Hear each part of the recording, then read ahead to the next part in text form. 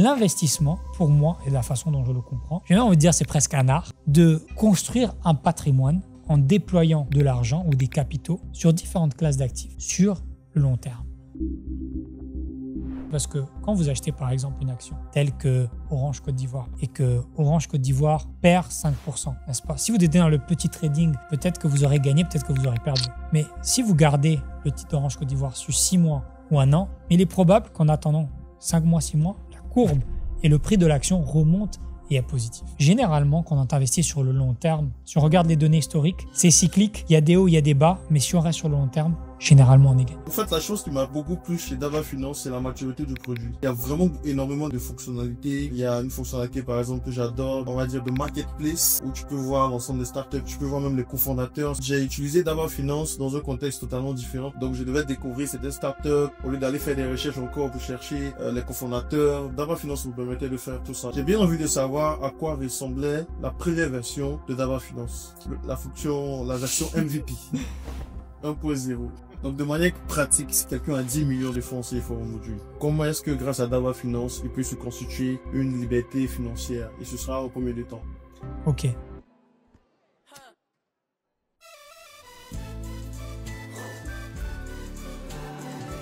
Alors, Anthony, comment ça va? Ça va Alex, et toi? Ouais, ça va super. C'est vraiment un honneur de t'avoir sur ce podcast. On va dire que c'était un peu évident. La première fois qu'on s'est rencontrés, c'était dans les locaux de Daba Finance. J'ai vraiment été ravi de vous rencontrer en personne. Parce que, comme j'ai dit, je vous suis depuis un moment, je suis votre évolution, je suis passionné des startups. Et c'est aussi la raison pour laquelle je décide d'inviter ici des personnes qui travaillent jour et nuit pour permettre aux startups de pouvoir être sur l'échiquier mondial, des startups ivoiriennes. Donc là, pour ceux qui ne te connaissent pas, est-ce que tu pourrais rapidement te présenter? Super. Tout d'abord, merci de me recevoir Alex. C'est un plaisir d'être là pour ce podcast. Donc, je suis Anthony Miclet, le cofondateur de Daba Finance. Pour ceux qui ne savent pas, et pour l'audience peut-être qui nous écoute aujourd'hui, Daba Finance est la première plateforme multi-active pour investir en Afrique. Mon parcours est varié. J'ai travaillé pour des grandes entreprises telles que Coca-Cola, Salvatore Ferragamo, et bien évidemment, ensuite, je suis vraiment rentré dans la tech. Et ça fait déjà presque 4 ans que nous sommes en train de travailler sur Daba Finance. Wow, super. Donc tu commences en tant que marketeur dans ces grandes entreprises-là et après tu te retrouves à cofonder toi-même une propre startup. Comment se fait ce switch-là? Est-ce que tu avais déjà lancé des projets avant Daba Finance ou c'est directement après les entreprises que tu décides de te lancer dans la tech? Alors, ça va être drôle. Je n'avais aucune idée de ce que je voulais faire après mes études. C'était vraiment une grande question, un grand point d'interrogation pour moi. Donc, j'ai travaillé dans plusieurs secteurs d'activité. J'ai fait finance tout d'abord, ensuite j'ai fait public relations, ensuite j'ai fait marketing et ensuite je me suis focalisé sur la technologie plus tard. Donc oui, Daba Finance n'est pas ma première startup. J'ai commencé par créer une entreprise de consulting pour ceux qui voulaient se lancer dans le monde des crypto-monnaies. Comme c'est quelque chose que je connais depuis 2013, je voulais partager ce que je connaissais avec le public et avec ceux qui étaient intéressés à en savoir plus. Et ensuite, j'ai aussi cofondé une food tech qui permettait à tout un chacun de trouver les meilleures promotions, discount de nourriture sur la ville de Miami. Wow, super. Super. Et quand tu as dit que tu as beaucoup voyagé dans l'Afrique, hein, donc est-ce que déjà en Afrique, Daba Finance est le premier projet tech que tu as lancé en Afrique ou avant ça, la food tech dont tu as parlé était aussi lancée en Afrique? Alors, c'est le premier projet tech, fintech, oui, mais avant ça, j'ai peut-être oublié de le dire avant, Boum et moi avons cofondé une ONG qui s'appelait Africa Startup Lab, d'où d'ailleurs Daba Finance est né, qui avait pour objectif justement d'aider les entrepreneurs sur le continent à leur développer leur startup, que ce soit une fintech, que ce soit peu importe. Nous avons regroupé un groupe de 20 mentors qui justement avaient des expertises bien précises, qui aidaient les entrepreneurs dans le domaine d'expertise dont ils avaient besoin pour justement lancer. Donc, on va dire que c'est la deuxième aventure sur le continent africain. Wow. Donc, ça signifie que tu as quand même une petite expérience, du marché africain. Quel commentaire tu as à faire sur l'écosystème en général africain, peu importe que ce soit Côte d'Ivoire, Angola, tous les pays que tu as visités? Comment se comporte la tech aujourd'hui? Donc, je pense que le marché africain est vaste Ouais. et je pense qu'il est important de dire qu'il est très divers. en termes de stage où nous en sommes dans le marché anglophone. Parce que, bien évidemment, dans un premier temps, nous avons collaboré avec beaucoup de startups au Nigeria, au Ghana, au Kenya. Je pense que le marché startup est un peu plus évolué dans ces marchés-là. C'est quelque chose qui n'est pas nouveau. L'entrepreneuriat, et surtout dans le domaine tech, est quelque chose qui existe depuis beaucoup plus longtemps, j'ai l'impression, ou du moins sont des écosystèmes plus forts, où est-ce qu'il y a plus d'activités, il y a plus d'organisations, il y a plus d'organismes en place qui soutiennent les entrepreneurs dans ces régions-là. Mais, ceci étant dit, je commence à voir beaucoup d'évolution dans le domaine des startups francophones, surtout en Côte d'Ivoire, où il y a pas mal de projets comme Orange Fab, Yellow, je ne me souviens plus trop le nom de MTN, mais je sais qu'ils ont un accélérateur. Il y a de plus en plus d'initiatives qui se font ici aussi, donc c'est beau à voir, je m'en réjouis. Ouais. Je me rappelle que lors de notre premier réunion, notre premier meeting en ligne, je vous avais dit que j'avais participé à un programme au Ghana dénommé MEST, Oui. et vous m'aviez dit aussi que vous faisiez partie des mentors. Comment ça s'est fait? Est-ce que c'est à la suite de l'ONG ou comment ça s'est fait? C'était au même moment en fait. Wow. Au même moment, on faisait déjà du mentoring et justement MEST cherchait des profils qui avaient de l'expérience, pas seulement en Afrique, mais aussi à l'étranger, qui avaient peut-être travaillé pour des entreprises en dehors du continent africain, mais qui avaient un contexte africain ou qui connaissaient comment les marchés en Afrique fonctionnaient. Et c'était vraiment au même moment, on faisait une partie justement Africa Startup Lab et notre partie, on aidait les entrepreneurs à MEST. Et est-ce que c'est difficile de lancer une startup en Afrique? Déjà en Afrique francophone, on sait qu'on est un peu en arrière. En Afrique anglophone, nous sommes un peu documentés. Mais dans le contexte général africain, est-ce que c'est difficile de lancer une startup? J'aimerais bien dire que non, Ouais. mais la vérité, c'est que c'est difficile. Et je pense encore une fois que c'est en train de s'améliorer. Mais il y a quelques freins qui font que ce n'est peut-être pas aussi facile qu'ailleurs. L'ouverture d'une entreprise, avoir tous les documents nécessaires pour se lancer, ouvrir un compte en banque, sont des choses qui semblent assez banales, mais qui quand même prennent du temps, beaucoup plus que lorsqu'on est habitué peut-être aux États-Unis, où est-ce qu'ouvrir une entreprise prend littéralement 2 heures et ça se fait tout en ligne. Donc, comme je le dis, ça s'avance, mais c'est certainement beaucoup plus laborieux. Et les coûts de setup sont aussi beaucoup plus élevés. Si je ne me trompe pas forcément qu'en Côte d'Ivoire, mais dans d'autres pays en Afrique, pour pouvoir ouvrir une entreprise, il faut avoir des locaux, absolument. Ce qui n'est pas forcément le cas dans d'autres marchés. Ce qui rend bien évidemment le début d'une activité un tout petit peu plus cher par rapport à quelqu'un qui n'a pas forcément la flexibilité et le pouvoir d'investir dans un local dès le départ. Donc, comment toi et Boom, vous avez essayé de naviguer tous ces obstacles-là pour pouvoir monter Dava Finance? Ça fait maintenant 4 ans. Donc, vous êtes une entreprise plus ou moins mature parce que on dit généralement qu'il faut 5 ans à une startup pour vraiment résister, pour vraiment connaître son marché. Donc, comment est-ce que au début quelles étaient les difficultés? Comment est-ce que vous avez navigué? C'est une bonne question. Il y a eu différentes étapes de Daba. La première année du lancement de Daba, on s'est vraiment focalisé sur l'aspect juridique et légal. C'était vraiment que ça la première année. Comprendre comment, d'un point de vue juridique, nous pouvons opérer et comment Daba peut fonctionner dans plusieurs pays et offrir justement cette opportunité d'investir en Afrique en étant n'importe où dans le monde. Donc la première année, c'était vraiment ça. La deuxième année, c'était vraiment le focus sur à quoi ressemble ce produit une fois qu'on a fait l'étude de marché et comment ce produit est mis en place. À partir de la deuxième année, deuxième année et demie, entre la deuxième et la troisième année, nous avons lancé le premier prototype, la première bêta, qui justement permettait tout d'abord d'investir uniquement dans les startups. C'était vraiment le focus du départ. Et ensuite, nous nous sommes rendus compte que les gens voulaient bien plus. Les gens ne voulaient pas que des startups, les gens voulaient aussi de la bourse, des obligations, des fonds gérés, autrement connus sous fonds communs de placement. Et donc, on a dû un peu évoluer vis-à-vis de la demande. Donc, voici un peu les différentes phases. Maintenant, comment on a navigué les difficultés? Tout simplement en comprenant, en passant plus de temps sur place. C'est vrai qu'au départ, nous n'étions pas forcément ici. Ça fait déjà quand même plus d'1 an et demi que nous avons nos locaux maintenant. Et une fois qu'on a installé, je pense qu'on comprend un peu mieux les réalités.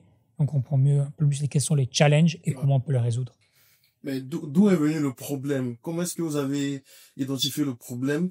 Et généralement, lorsqu'on lance une startup, on cherche d'abord la première version, c'est-à-dire le MVP, on le teste sur le marché. Mais vous avez pris 1 an, ça signifie que c'était quand même un peu compliqué de naviguer les contextes juridiques et tout, parce que en 1 an, une année entière dédiée, à la juridiction, c'était pas évident. Donc, comment est-ce que vous avez décelé ce problème-là?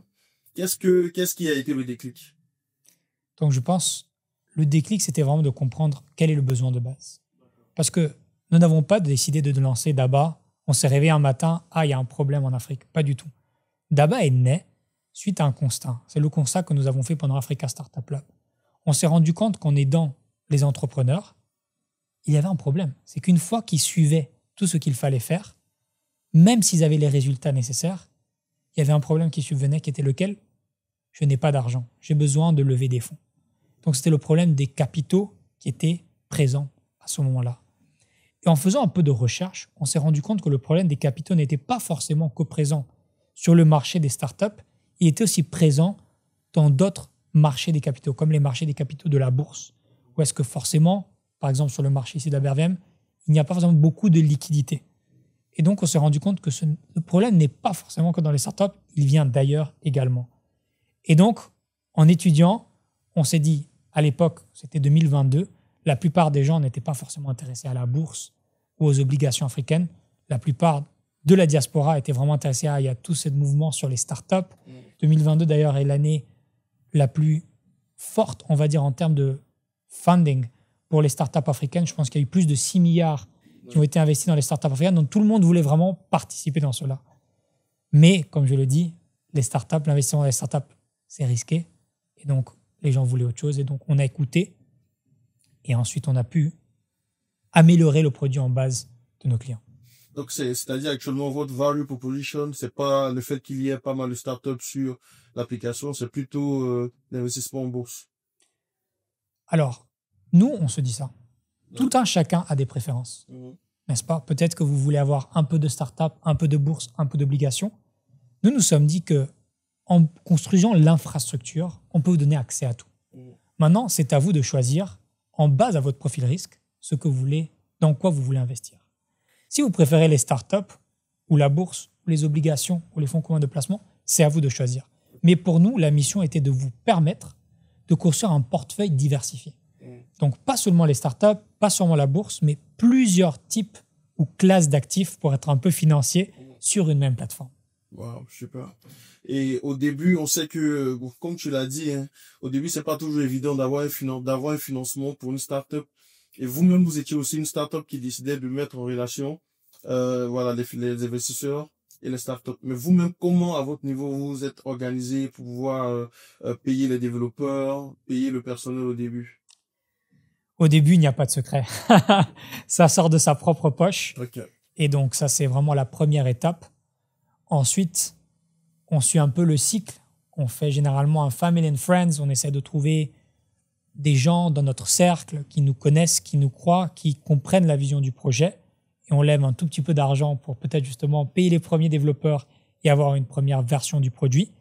Et ensuite, une fois que le premier produit est construit, on lance, on prend un peu de traction. Donc, je pense qu'on a fait notre première levée de fonds officielle. On avait plus ou moins entre 2000 et 4000 utilisateurs. Et ensuite, on a donc pu lever par des fonds de capital à risque. Et puis, c'est parti, l'envol commence. Évidemment, bon, ça continue.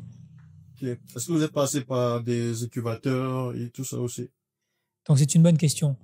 On est passé par des incubateurs. Donc, Boom a fait une université très prestigieuse aux États-Unis qui s'appelle University of Chicago. Et nous avons pu participer à leur accélérateur qui, justement, nous donnait un tout petit peu de financement, mais nous mettait vraiment en relation avec des mentors de qualité. C'est vrai qu'il n'y avait beaucoup d'expertise sur l'Afrique, mais on a eu quand même beaucoup de points de vue juridiques, légaux, surtout parce que nous sommes tout d'abord incorporés aux États-Unis. Ok. Et est-ce que il y a aussi la question, le challenge de recruter les talents lorsqu'on a une startup? Est-ce que tu as un commentaire particulier à faire sur ça? Parce que on s'est dit généralement faire une tech, ça peut demander d'avoir les meilleurs développeurs, que ce soit mobile, que ce soit back-end. Est-ce que vous avez eu une facilité à recruter ici en Côte d'Ivoire ou en Afrique? Alors, je pense que recruter, n'est jamais facile, Ouais. mais recruter en ayant des fonds limités est encore plus difficile. Ouais. Donc, je suis très content du talent que nous avons pu avoir aujourd'hui. Donc, je vais peut-être commencer par le côté développeur. Donc, développeur, je pense que pour les développeurs, il faut vraiment leur convaincre et leur peindre une vision, leur montrer quel est l'objectif de ce que nous sommes en train de faire. Parce que si vous pensez seulement au salaire, en sachant que vous voulez que les développeurs soient avec vous pour le long terme, parce que quand même, s'ils sont là au début, ce serait bien qu'ils puissent être là aussi Bien sûr. tout au long de la journée, de journey de l'entreprise. Donc, pour les entrepreneurs, pour les développeurs, je pense que la vision est très importante parce qu'ils voudraient tous avoir les meilleurs salaires, mais le salaire n'est pas forcément the main driver, l'élément principal derrière la raison pour laquelle ils vont travailler pour l'entreprise. Maintenant, pour ce qu'il en est pour talents locaux, il y en a beaucoup. Il y en a beaucoup. Ils ne sont pas forcément faciles à trouver. Je pense que dans le monde de la finance, particulièrement, c'est encore plus dur à trouver. Je pense que le monde de la finance, surtout ici en Côte d'Ivoire, est en phase d'évolution. Et donc, bon, beaucoup des talents que nous avons recrutés sont très bons, mais c'est vrai que ça a pris un peu de temps d'éducation, un peu de temps d'explication, mais je dis avec un peu de temps, avec des équipes motivées, encore une fois, la vision est importante, tout se fait. Je pense aussi que les fintechs, généralement, aiment recruter les développeurs qui viennent d'autres fintechs. Est-ce que c'est un préjugé ou est-ce que c'est vrai? Est-ce que tu confirmes? C'est vrai, c'est vrai. Je pense que ça va aussi dépendre dans quel pays la fintech se trouve, parce que généralement, je suis sûr que tu sais, mais la raison pour laquelle les entreprises comme Facebook, les entreprises comme Google avaient beaucoup d'ingénieurs, c'est que justement, elles essayaient de d'enlever tout le potentiel qu'il y avait le marché. Ils avaient peut-être 4 ingénieurs qu'eux pensaient qui étaient les meilleurs, n'est-ce pas? Et les garder chez eux. Pourquoi? Parce que comme ça, ils n'allaient pas chez les compétiteurs, même s'ils n'avaient pas forcément besoin de 4 ou 5 personnes. Dans notre cas, je ne vais pas dire qu'on n'a jamais soufflé un talent d'une autre entreprise, mais c'est vrai qu'ils avaient peut-être déjà travaillé dans une entreprise et il se trouve qu'ensuite, ils ont décidé de venir chez nous. Super. Je pense qu'on va revenir sur l'écosystème ivoirien. Aujourd'hui, il y a pas mal de fintech qui sont ici en Côte d'Ivoire. Bon, je sais que c'est compliqué de monter une startup ici en Côte d'Ivoire ou en Afrique, comme tu l'as dit. Mais quels sont qu'est-ce qui rend complexe encore le fait de pouvoir lancer une fintech ici en Côte d'Ivoire? Est-ce que c'est la juridiction? Est-ce que c'est les capitaux? Quel commentaire tu as à faire? Alors, si je comprends bien ta question, c'est de dire quelles sont les difficultés en dehors d'ouvrir une entreprise Justement. ici en Côte d'Ivoire. Oui. Alors, je pense, l'aspect juridique va tout ensemble, je pense, avec l'aspect d'ouvrir une entreprise. Ce n'est pas forcément la chose plus simple, mais c'est faisable. Et une fois qu'on y prend la main, c'est facile à répliquer. Je pense, le fait de ne pas forcément... J'ai pas l'impression que les startups sont forcément très unies. Okay. C'est une impression peut-être que j'ai. Il y a un peu de collaboration, mais s'il pouvait y en avoir plus, ce serait encore mieux. C'est peut-être ça fait aussi partie de l'Afrique francophone d'être un peu plus, comment on va dire, chacun dans son coin. Chacun dans son coin, un peu plus. On a peur que les autres viennent piétiner ce que nous faisons, qui n'est pas forcément le cas dans d'autres marchés. Il y a plein d'exemples de plusieurs entreprises qui collaborent ensemble et qui se fait vraiment en harmonie. J'ai l'impression que c'est un petit peu plus le feeling que j'ai ici. Et c'est aussi peut-être parce que je ne suis pas encore installé à temps plein, que je n'ai pas forcément tout le contexte. Mais ce que je peux dire que j'aimerais voir plus, c'est plus d'événements entre cofondateurs locaux pour parler de solutions, pour s'entraider. Ah, j'ai déjà fait face à ce challenge, voilà comment il faut faire. Voilà une bonne personne à qui tu peux parler de ce problème-là. Eux, certainement, ils vont te débloquer. Trouver le talent, je pense aussi. Il y a plusieurs entreprises qui font chasseurs de tête, mais encore une fois, pour des startups, au début, c'est difficile de pouvoir dépenser sur des chasseurs de tête qui vont demander des sommes faramineuses pour trouver un rôle. Et voilà, je dirais, c'est les deux premiers. Et le troisième, je pense que quand on lance un nouveau produit sur un marché, surtout dans le domaine de la finance, il y a énormément de scepticisme. Malheureusement, dû à des mauvais acteurs, et quand je dis acteurs, des mauvaises entreprises qui, dans le passé, ont eu à faire des choses qui ne sont pas correctes, telles que des fraudes ou des choses comme ça, qui font que malheureusement, ça laisse des cicatrices et les nouvelles personnes qui innovent maintenant se retrouvent à devoir convaincre, rééduquer pourquoi nous, c'est bon et pourquoi le mal ne va pas se repasser à nous. Ouais. Est-ce que Daba Finance a des concurrents ici en Côte d'Ivoire ou dans l'Afrique de l'Ouest? Nous, on dit l'objectif pour Daba, je ne vais pas forcément dire qu'on a des concurrents ou qu'il y a des concurrents. Moi, ce que j'ai dit, c'est que dans notre mission, notre objectif, il est simple. On veut que les marchés des capitaux africains s'ouvrent. Okay. On veut que l'investissement en Afrique devienne aussi normal, aussi simple qu'envoyer un message sur WhatsApp, mais surtout, pourquoi ça doit être difficile? Donc pour nous, plus de personnes ou plus d'entreprises ont l'initiative de faciliter cela, et plus c'est mieux, et plus ça va nous aider.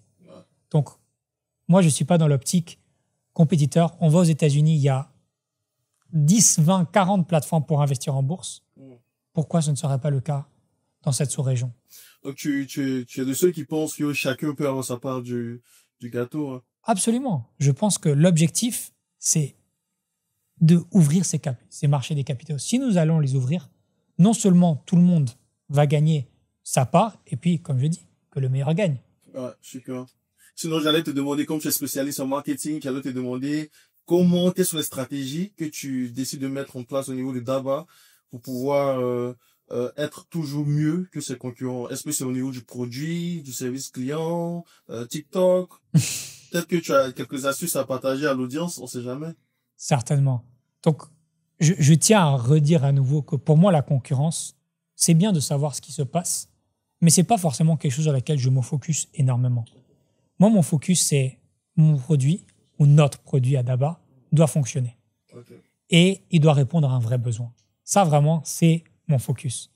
La concurrence, c'est bien, mais comme je dis, j'incite à ce que plusieurs entreprises se lancent et ouvrent le marché des capitaux. Maintenant, niveau stratégie marketing, pour être très transparent, on n'a pas encore vraiment commencé à faire des ads et tout ça. La plupart de ce que nous avons pu obtenir aujourd'hui est du bouche à oreille, pour la plupart. Nous avons quelques personnes, telles que toi justement, qui ont découvert le produit et qui ont trouvé ça intéressant et qui ont voulu en parler. Mais c'est un peu ça. J'aimerais bien dire, j'espère que ce sera toujours le cas, le meilleur marketing, c'est que le produit se vende soi-même. Ça, vraiment, c'est l'idéal. Mais je pense qu'avoir une présence, certainement sur tous les réseaux, et une présence qui aussi est adaptée aux besoins des clients dans une région spécifique est importante. Par exemple, la communication qui se fait peut-être dans un marché comme celui en Côte d'Ivoire n'est pas forcément la même que celle de la diaspora. Celle de la diaspora aura besoin de parler d'une façon un peu plus financièrement élevée, alors que communiquer ici, il faut vraiment s'adapter au langage, au jargon local. Et moi, en fait, la chose qui m'a beaucoup plu chez Daba Finance, c'est la maturité du produit. C'est-à-dire, il y a vraiment énormément de fonctionnalités. Il y a une fonctionnalité, par exemple, que j'adore on va dire, de marketplace, où tu peux voir l'ensemble des startups, tu peux voir même les cofondateurs. En fait, j'ai utilisé Daba Finance dans un contexte totalement différent parce que j'étais en train de faire un competitive analyst. Donc, je devais découvrir certaines startups au lieu d'aller faire des recherches encore pour chercher les cofondateurs. Daba Finance me permettait de faire tout ça. Donc, j'ai bien envie de savoir à quoi ressemblait la première version de Daba Finance. La version MVP 1.0. Alors, je pense que notre version MVP a vraiment été trop élaborée pour ce que ça devait être. Ça, c'est en revenant en arrière, on a fait un tout petit peu trop. Justement, comme tu as dit, on a une base de données pour trouver toutes les startups dans le continent, combien elles ont levé, qui sont les cofondateurs. Le premier MVP, pour revenir à cela, ça permettait vraiment aux gens d'investir, seulement investir directement dans des startups, dans le capital des startups que nous retenions étaient des bonnes startups. Donc, en travaillant avec des fonds de capitaux à risque, fonds de capital à risque, nous avions choisi quelques startups qui ensuite passent par notre conseil d'analyse et nous avons décidé quelles étaient des bonnes opportunités pour les utilisateurs de Daba. Donc Daba, c'était vraiment ça. Les news, donc pour nous, les news, c'est toujours important. Actualité, comprendre qu'est-ce qui se passe dans le continent africain en termes de funding, en termes de finances, ça a toujours été au cœur dès le départ. Donc, start-up, base de données, start-up, investir dans les start-up, et ensuite les news et l'actualité. C'est vraiment Parce que les news aussi, le blog, votre blog est vraiment très alimenté. Est-ce que c'est vraiment une source d'acquisition pour vous? Donc, comme je dis, il y a deux choses. Numéro un, c'est ouvrir le marché des capitaux, mais numéro deux, c'est informer, éduquer. Pourquoi? Et le blog, justement, fait partie de cela. Beaucoup de gens se disent, bon, c'est vrai que c'est bien d'investir en Afrique, mais pourquoi devrais-je investir en Afrique? Alors que je suis déjà en Europe, je suis déjà aux États-Unis, peut-être en Asie, pourquoi devrais-je investir en Afrique? Donc les blogs nous permettent de rédiger et de communiquer à une audience un peu plus sophistiquée, qui veut en savoir plus, qui veut passer du temps à lire et s'éduquer justement de leur transmettre ces informations-là. Est-ce que Daba Finance prévoit s'ouvrir aussi aux PME? Est-ce que les PME pourraient éventuellement bénéficier de capitaux grâce à Daba Finance? C'est quelque chose que nous avons tout aujourd'hui. Nous permettons à des PME, maintenant en PME généralement, on a toujours une préférence sur tout ce qui est tech-enabled, parce que je ne pense pas que Daba est la plateforme idéale, peut-être pour un chocolatier, à venir trouver du financement. Ceci étant dit, s'il y a des startups que nous retenons, startups, on va utiliser le terme de façon loose, on va peut-être inclure aussi des PME, il se pourrait que nous pourrons être intéressés, mais maintenant, c'est vrai que le focus a un tout petit peu switché. Et donc, oui, les startups sont là, mais nous voyons que la demande de nos clients n'est pas forcément que sur les startups. Parce que les minimums d'investissement dans les startups sont beaucoup plus élevés que les minimums, par exemple, pour investir en bourse ou dans les obligations. D'accord. Donc, si les PME manifestent, vu que vous êtes aussi une marketplace, oui. Si vous sentez que le besoin se manifeste au niveau des PME, est-ce que vous allez plus explorer, approfondir le sujet, ou vous attendez d'abord que les investisseurs vous demandent en fait cette fonctionnalité-là? Absolument. Donc, les startups est déjà une fonctionnalité que nous avons. Donc, je pense, tout dépend des startups qui viennent à nous et qui souhaitent être listées. Donc, la réponse est oui, mais ça dépend de quelles sont les startups et quels sont leurs objectifs aussi. Parce que généralement, ce qu'il faut comprendre, certaines startups ont certains requis qui ne sont pas les mêmes. Certaines startups ont besoin d'1 million de dollars, par exemple, et elles aimeraient bien l'avoir en 1 million, en 1 mois, ou en 3 mois, ou en 4 mois. Ça ne se fait pas comme ça. Ça prend un tout petit peu de temps, surtout dans le marché d'aujourd'hui. Donc, la réponse courte est oui. Tout dépend de la PME ou la startup qui veut lever ses fonds. Je sais pas. Et au niveau je me pose aussi des questions au niveau du process. Lorsque vous décidez, quel est le process pour que vous puissiez décider que cette startup ou ce marché puisse être référencé sur votre application? Donc, nous avons déjà eu une startup d'ailleurs qui est basée ici, qui était listée sur notre plateforme.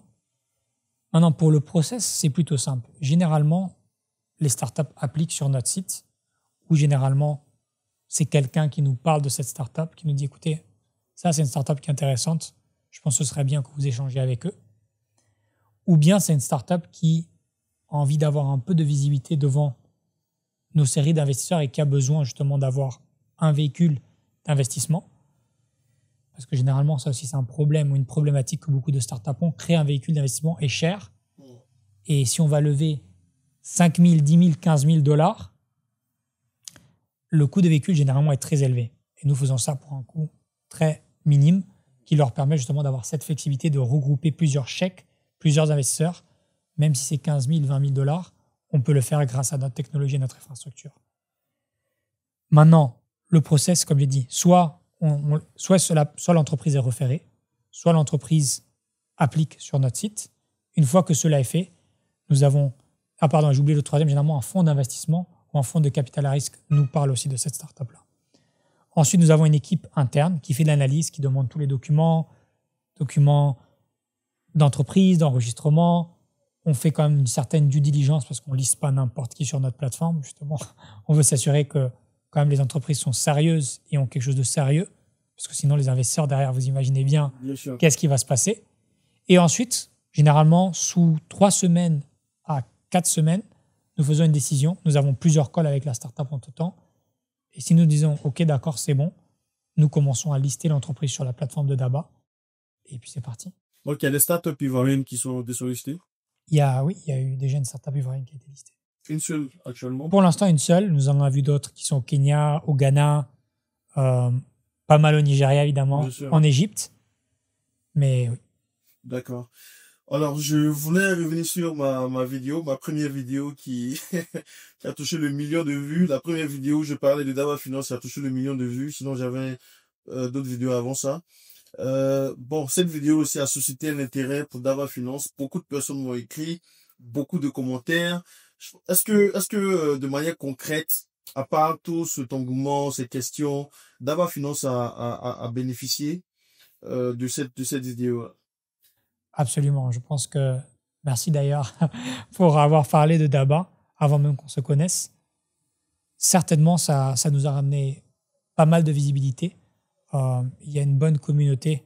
Je ne pourrais pas quantifier exactement le nombre de personnes qui sont venues, mais il y a eu certainement des gens qui ont été intéressés et justement qui ont découvert Daba grâce à ta vidéo. Et je pense ce qui était vraiment intéressant, c'est la façon dont tu l'as présenté, qui est vraiment une façon, je pense, assez simple. Voilà, assez simple, assez concrète, sans passer par 4000 chemins. Wow. Je me rappelle que le jour où j'ai publié la vidéo, il y a eu tellement de bêtes. Bon, il y a eu des personnes qui cherchaient à aller télécharger et, coïncidence, ce jour-là, l'application, je crois, qu'il était en maintenance. Ça ne passait pas. Mais à côté de ça, est-ce que tu as bon, il y a pas mal de commentaires qui reviennent, hein. Il y a des gens bon, est-ce que tu comprends ça? Est-ce que tu comprends le fait que les Ivoiriens aient vécu beaucoup de choses en termes d'investissement, tout ça? Donc, lorsqu'on leur présente quelque chose de nouveau, est-ce que tu comprends le fait qu'ils soient sceptiques? Absolument. Je comprends tout à fait. Et c'est assez drôle parce que venant d'un marché, comme j'ai vécu aux États-Unis pendant pratiquement 12 ans, moi-même étant client de plusieurs fintechs, je me suis jamais toujours posé des questions. J'ai toujours assumé que c'était bon. Okay. Mais c'est vrai qu'en venant sur ce marché, malheureusement, comme on le disait tout à l'heure, il y a eu pas mal de tristes histoires. Je comprends le scepticisme. Mais je demande aussi aux gens de comprendre la différence entre quelque chose de sérieux et quelque chose de faux. Et un des premiers facteurs que je dis, c'est que Daba ne promet jamais des retours faramineux. Jamais. Daba dit des choses assez concrètes. On vous donne ce qui est possible. On vous donne juste un accès qui n'est pas aujourd'hui possible pour tout le monde de façon simple. On n'est pas là en train de dire aux gens, mettez votre argent ou votre jet, comme vous dites ici, sur Daba et vous allez gagner des 100% par mois. Je pense que le scepticisme est compris et est normal, mais j'invite vraiment tout le monde à tout d'abord avoir un peu d'éducation financière, d'où l'Académie du patrimoine que nous avons lancée, parce que je pense que le scepticisme peut être réduit si on comprend le produit que nous avons face à nous. Parce que c'est ça qui va vraiment faire qu'on est sceptique, d'accord, mais on est sceptique, mais on comprend ce que cette fintech est en train de faire. Plutôt que on est sceptique et on ne comprend pas du tout ce qu'on est en train de nous proposer. Et on refuse de comprendre aussi. Exactement. Autre question aussi, c'est au niveau des délais de dépôt. Parce que tu sais, l'Ivoirien, c'est dans ses cordes. Lorsqu'il met son argent quelque part, il veut être sûr qu'il peut retirer à tout moment. Yeah. Et pourquoi, est-ce que actuellement Daba Finance promet un délai de retrait assez court? Yeah. Alors encore une fois, il y a un problème d'éducation. Okay. Daba n'est pas une néobanque ou une banque tout simplement. Donc c'est pas qu'on dépose l'argent et on retire. Daba est une plateforme d'investissement. Donc généralement, quand vous créditez votre compte pour investir, en théorie, votre compte,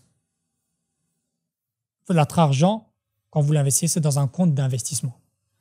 Et normalement, quand votre argent est dans un compte d'investissement, il faut au moins 2 à 3 jours pour justement sortir l'argent et le renvoyer au client. Ceci étant dit, Daba écoute ses clients. Et Daba a mis en place un système de retrait automatisé. Donc, il y a certains montants, certains paliers que nous avons introduits qui vont permettre aux clients de retirer l'argent de façon automatique. Maintenant, si vous êtes client Daba Pro, vous avez des paliers plus élevés, mais nous avons écouté et certains retraits se font de façon instantanée. Ceci étant dit, il faut aussi comprendre, encore une fois, qu'une plateforme d'investissement n'est pas une banque. Est-ce que Dava est une plateforme de trading? Non, Dava est une plateforme d'investissement. Donc, ce que je dis, c'est que les gens aujourd'hui qui cherchent à acheter une action et revendre ça un jour après ou revendre ça pendant la même journée, Dava n'est pas pour vous. Dava est une plateforme d'investissement. Déjà que les marchés ici, par exemple le marché local, n'a pas forcément tous les produits financiers tels que les options, par exemple. Ça n'existe pas ici encore. Donc, il y a déjà plusieurs produits financiers que peut-être les traders aiment qui n'existent pas sur ce marché-là, de 1. Et de 2, Dava a vraiment pour objectif une plateforme d'investissement. On n'est pas dans le « j'achète, je revends vite ». On incite du moins les gens à investir un peu plus sur le long terme. D'accord. Donc, si quelqu'un veut mettre, par exemple, 5 millions sur Dava, la question qu'il pourrait se poser, c'est parce que à défaut des SGI, au moins on connaît, on sait où elles sont là depuis de nombreuses années, alors que Dava Finance existe depuis 4 ans. Donc, si quelqu'un décide de mettre, par exemple, 10 millions, quelle garantie il peut avoir que, il peut laisser son argent, vu que c'est le long terme, il peut laisser son argent sur 5 ans, sur 10 ans, pour que ça puisse prendre la valeur. Quelle garantie il a? Écoutez, la garantie, je pense que nous travaillons avec des partenaires sérieux. Okay. Donc déjà, c'est ça qu'il faut comprendre. Il y a toute une diligence avant que nous commençons à travailler avec des partenaires. Il y a ce qu'on appelle les KYB. Donc, c'est-à-dire, eux, ils voient comment on travaille et s'assurent qu'on travaille correctement. Okay. Et nous, on s'assure aussi que les partenaires avec qui nous travaillons sont des partenaires sérieux. Donc ça, c'est vraiment la première garantie que nous donnons, c'est que nous faisons de notre mieux pour travailler avec des entreprises sérieuses pour s'assurer que votre investissement est en bon uniforme. Maintenant, évidemment, nous sommes une plateforme nouvelle, donc je peux comprendre que le trust, la confiance prend du temps. Nous sommes là depuis 4 ans. Je pense qu'il n'y a pas une seule personne qui a utilisé Dava qui aujourd'hui peut dire « Ah non, j'ai fait ça, mais je n'ai pas pu retirer mon argent ou je n'ai pas pu faire ce que je souhaitais faire. » Donc, notre objectif est vraiment d'être là pendant de nombreuses années à venir.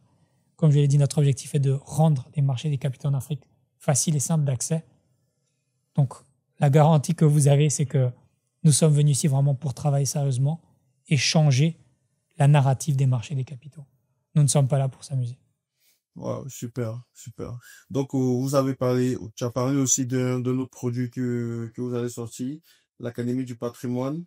Est-ce que déjà l'ensemble des vidéos que vous avez faites sur TikTok, sur YouTube, tous les webinaires que vous avez tenus, est-ce que c'était pas suffisant? Pourquoi encore vous avez cru qu'il fallait un nouveau produit qu'on appelle Académie du patrimoine?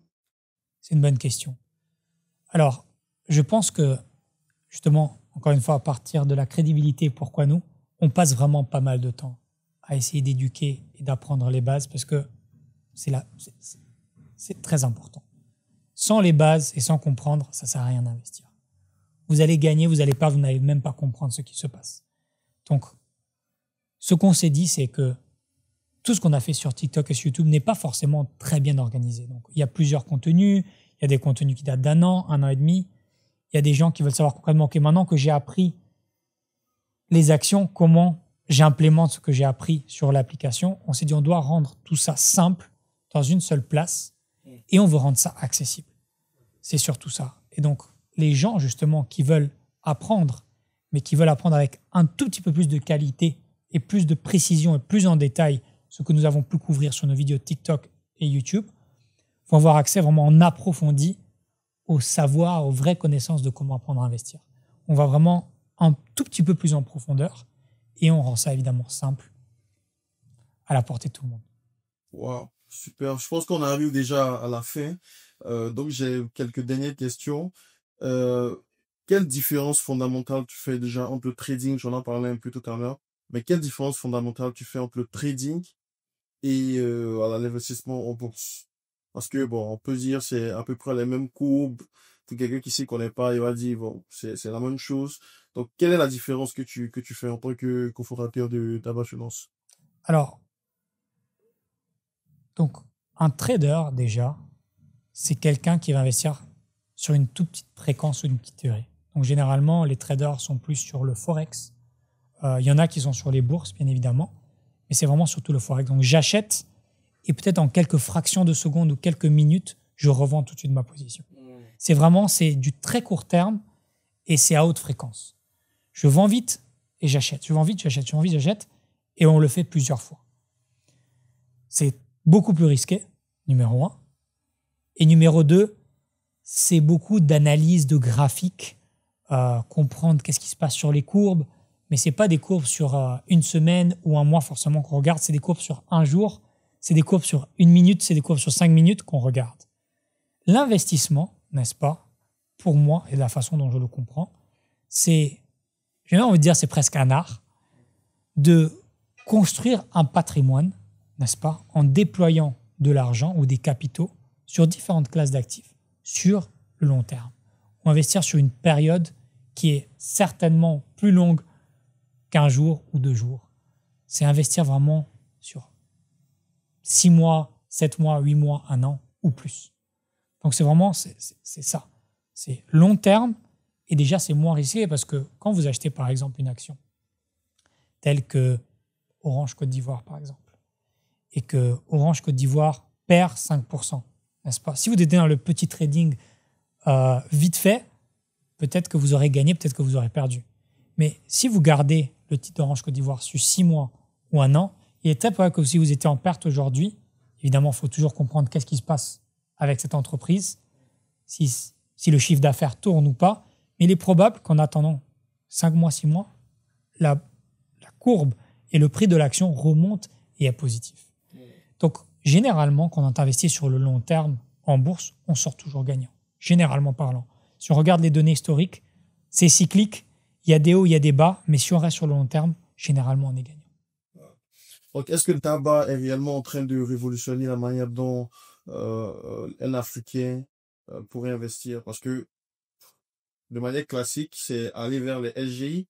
Donc, pourquoi est-ce que le monde de peut-être me déplacer, aller créer mon compte physiquement, je déciderais d'utiliser Dava? C'est une bonne question. De la même façon que pourquoi je dois aller dans un restaurant pour commander ma nourriture, Okay. pourquoi je dois aller dans une station de taxi pour commander un taxi, on veut que ce soit à portée de tous, n'importe où vous êtes. On sait que des fois, le déplacement est quelque chose d'assez compliqué. Pour les gens qui sont aux États-Unis ou en Europe, qui sont la plupart de nos clients, comment ferait-il à investir de loin s'ils n'avaient pas un outil simple qui est tout le temps disponible 24 heures sur 24 et qui est à leur portée de main? Notre idée, c'est vraiment, encore une fois, rendre simple, rendre l'accès disponible à tous. Donc, oui, nous sommes en train de révolutionner non seulement par notre technologie, mais par notre vision et par le souhait que nous avons de changer comment les choses marchent aujourd'hui. D'accord. Donc, de manière pratique, si quelqu'un a 10 millions de francs CFA aujourd'hui, comment est-ce que grâce à Dava Finance, il peut se constituer une liberté financière? Et ce sera en combien de temps? Ok. Donc déjà, je ne sais pas, ça veut dire quoi, la liberté financière? Tout dépend. Je suis sûr que ta liberté financière n'est pas forcément la même que la mienne. Donc je pense que ça, c'est vraiment le premier point. Nous avons différents outils. Tout d'abord, on recommande toujours à la personne qui vient de faire ce qu'on appelle le risque, comprendre le risque de son profil. Okay. Donc comprenez si vous êtes quelqu'un qui peut rester sur le long terme. Tout dépend de vous, ça dépend de votre âge. Si vous avez 18 ans, vous avez largement le temps pour vous construire la liberté financière. Si vous avez 55 ans ou 60 ans, ce temps est certainement réduit. Donc, les types de produits dans lesquels vous allez investir sont différents.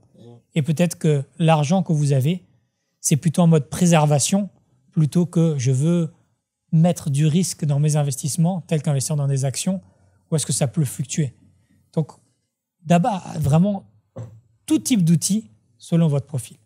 Donc, moi, ce que je dirais à ces personnes qui veulent investir 5 ou 10 millions chez Daba, contactez-nous, téléchargez l'application. Tout d'abord, vous voyez ce qu'il y a à disposition. Si vous ne savez pas, vous ne comprenez rien à l'investissement, on a l'Académie du patrimoine pour vous. Avec un prix dérisoire de 15 000 francs, vous pouvez directement commencer à prendre. Si ce n'est pas suffisant, on a une équipe service client qui est fantastique.